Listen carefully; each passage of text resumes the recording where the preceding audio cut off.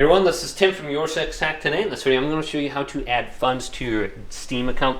You can do this with a credit card, debit card, or even PayPal. So at any point in time, you can go up to Settings right here and select this, and then it'll bring you to this page.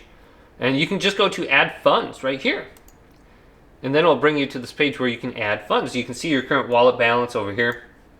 You can redeem a Steam gift card or a wallet code. And then you can just select one of these and go to add funds. And then you'll have to type in your PayPal or Visa card right here and go to continue.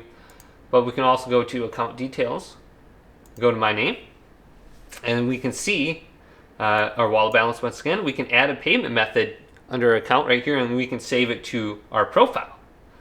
So you can come in this section, and then we have the add funds to your wallet right here as well. So we can also view our purchase history, see what we bought on Steam at any point in time.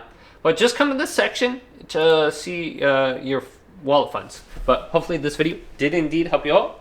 Leave it a big thumbs up and subscribe to my channel down below for more technical videos coming up next on Your Six Tech.